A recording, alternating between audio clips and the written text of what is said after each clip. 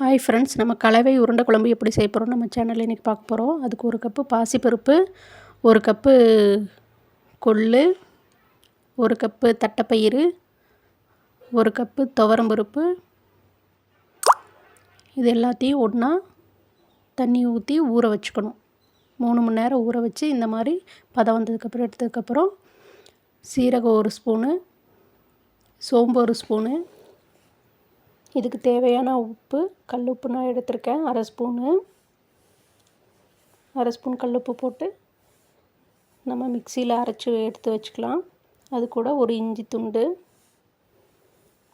இதை அரைச்சி எடுத்து வைக்கிறதுக்கு முன்னாடி குழம்புக்கு தேவையான மசாலா ரெடி பண்ணிடுவோம். அதுக்கு கடாயில் எண்ணெய் ஊற்றி 1 ஸ்பூன் மல்லி, 1 ஸ்பூன் மிளகு, 1 ஸ்பூன் சீரகம், இது மூணும் நல்லா பொரிஞ்சு வந்ததுக்கப்புறம் 1 ஸ்பூன் சோம்பு, 4மே நல்லா பொரிஞ்சு வந்ததுக்கப்புறம் நம்ம நறுக்கி வச்சுருக்கிற வெங்காயத்தை இதில் போட்டுக்குவோம். பெரிய வெங்காயம், சின்ன வெங்காயம் 2யும் நான் நறுக்கி எடுத்திருக்கேன். சின்ன வெங்காயம் மட்டும் சேர்த்துக்க விரும்புகிறவங்க சின்ன வெங்காயம் போட்டு நல்லா வதக்கி இந்த மாதிரி வதக்கி எடுத்துக்கோங்க.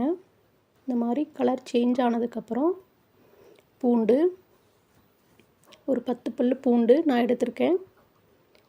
இதையும் போட்டு நல்லா வதக்கி எடுத்துக்கோங்க.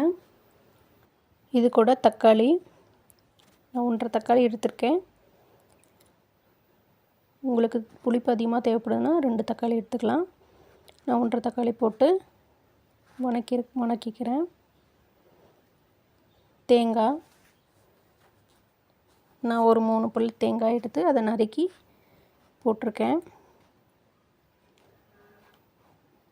தேங்காய் அதிகமாக சேர்த்துக்கிறவங்க ஒரு 1/4 மூடி சேர்த்துக்கலாம்.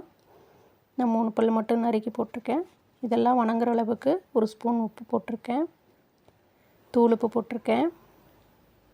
இது கூட நான் வர மிளகா 3 மிளகா காரத்துக்கு ஏற்றாப்புல எடுத்திருக்கேன். நான் வச்சுருக்கிற மிளகா நல்ல காரமான மிளகாங்கிறதுனால 3 மிளகா மட்டும் போட்டு நான் வதக்கிக்கிறேன். நல்லா இந்த மாதிரி நல்லா வதக்கின பின்னாடி 1 ஸ்பூன் மிளகாத்தூள் அதையும் போட்டு நல்லா வதக்கி எடுத்துக்கோங்க. நல்லா எல்லாமே மிக்ஸ் ஆகி நல்லா கலர் சேஞ்ச் ஆகி இந்த மாதிரி வந்த பின்னாடி அடுப்பை ஆஃப் பண்ணிட்டு 1 ஸ்பூன் மல்லித்தூள் போட்டு அதையும் நல்லா பிரட்டி எடுத்துக்கோங்க. அந்த சூட்லேயே நல்லா மிக்ஸ் ஆகிக்கும் மசாலாலாம். இந்த மாதிரி வந்ததுக்கப்புறம் மசாலா அரைக்கிறதுக்கு ரெடி பண்ணிக்கணும். இந்த மாதிரி கலவை பருப்பை நம்ம அரைச்சி எடுத்துக்கிறோம். மிக்ஸி ஜாரில் வடைப்பருப்பு பதத்துக்கு அரைச்சி எடுத்துக்கிறோம். இது கூட நறுக்கிய பெரிய வெங்காயம் 1 கப்பு நான் சேர்த்துக்கிறேன். அப்புறம் நறுக்கிய பச்சை மிளகாய், கருவேப்பிலை, கொத்தமல்லி தழை, இது எல்லாமே நான் வடைப்பருப்புக்கு சேர்த்துற மாதிரியே இந்த கலவை பருப்புக்கும் சேர்த்து நல்லா பிசைஞ்சு எடுத்துக்கிறேன். நல்லா பிசைஞ்சு சின்ன சின்ன உருண்டையாக இப்போது தனித்தனியாக பிடிச்சி எடுத்து உருட்டி எடுத்து வச்சுக்கிறோம். உருண்டை குழம்புக்கு இந்த மாதிரி உருட்டி நான் எடுத்து வச்சுக்கிறேன். இந்த மாதிரி உருண்டை குழம்புக்கு உருண்டையை உருட்டி எடுத்து வச்ச பின்னாடி நம்ம கடாயில் எண்ணெய் வச்சு இந்த மாதிரி எண்ணெய் காஞ்சதுக்கப்புறம் ஒவ்வொரு உருண்டையாக போட்டு நல்லா உள்ளேயும் வெளியும் நல்லா பொன்னிறமாக வர அளவுக்கு பொரிஞ்சு எடுத்துக்கலாம். இந்த மாதிரி எல்லா பக்கமும் வேகிற அளவுக்கு அப்பப்போ திருப்பி விட்டுக்குங்க. ஓரளவுக்கு நல்லா வேகிற அளவுக்கு நல்லா பொரிச்சு எடுத்துக்குங்க.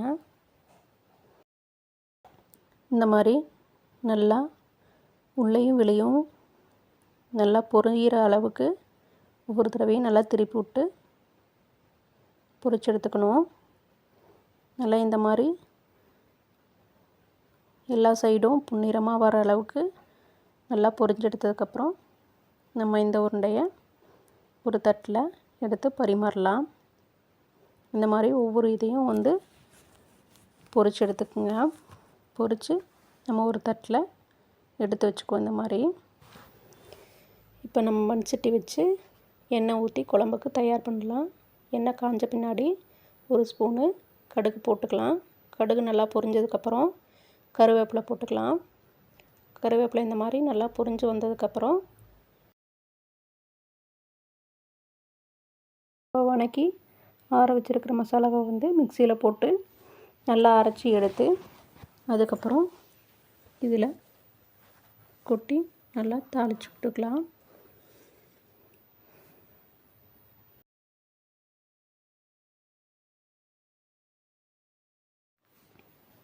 மசாலாவை தாளிக்கிறதுக்கு ஊற்றின பின்னாடி அதுக்கு தேவையான தண்ணி ஒரு 2 டம்ளர் எடுத்துருக்கேன். நல்லா தண்ணியாட்ட இப்போ ஊற்றி வச்சாதான் மண் சட்டிங்கிறதுனால நல்லா கெட்டியாயிரும் உருண்டை போட்டதுக்கப்புறம். அதனால் நான் தேவையான அளவு குழம்புக்கு தேவையான அளவு தண்ணி ஊற்றி வச்சுருக்கேன். இது கூட ஒரு அரை ஸ்பூனு மிளகாத்தூள் போட்டிருக்கேன். மிளகாத்தூள் போட்டு நல்லா கலக்கி விட்டுக்கணும். இந்த மாதிரி கலக்கி விட்டுட்டு இந்த குழம்புக்கு தேவையான உப்பு போட்டுக்கலாம் நம்ம. இப்போ நான் ஒரு 3/4 ஸ்பூன் கல்லுப்பு போட்டிருக்கேன். குழம்புக்கு தேவையான அளவு உப்பு போட்டு நல்லா கலக்கி விட்டுக்கணும்.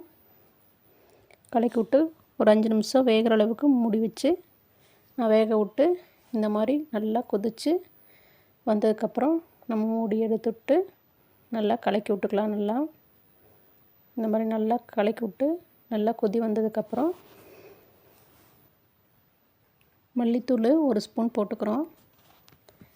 மல்லித்தூள் 1 ஸ்பூன் போட்டு நல்லா அதையும் கலக்கி விட்ட பின்னாடி நல்லா கொதி வந்ததுக்கப்புறம் நம்ம எடுத்து வச்சுருக்கிற உருண்டையை ஒவ்வொன்றா குழம்புல போட்டுக்கிறோம்.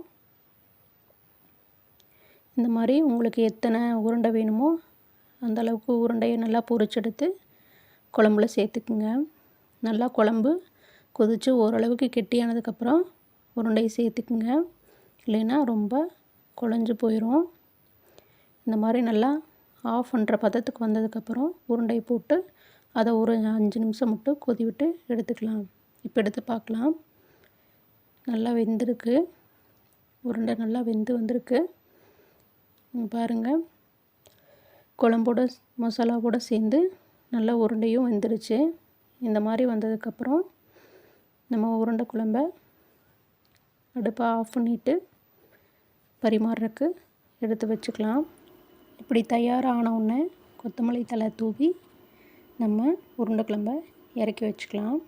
இந்த மாதிரி கொத்தமல்லி தழை தூவி எடுத்துக்கோங்க. இப்போ உருண்டை குழம்பு தயார். இந்த மாதிரி உங்கள் வீட்டில் செஞ்சு பார்த்து எப்படி இருக்குன்னு சொல்லுங்கள். எங்கள் சேனலுக்கு லைக் பண்ணுங்கள், ஷேர் பண்ணுங்கள், சப்ஸ்கிரைப் பண்ணுங்கள். Thank you friend.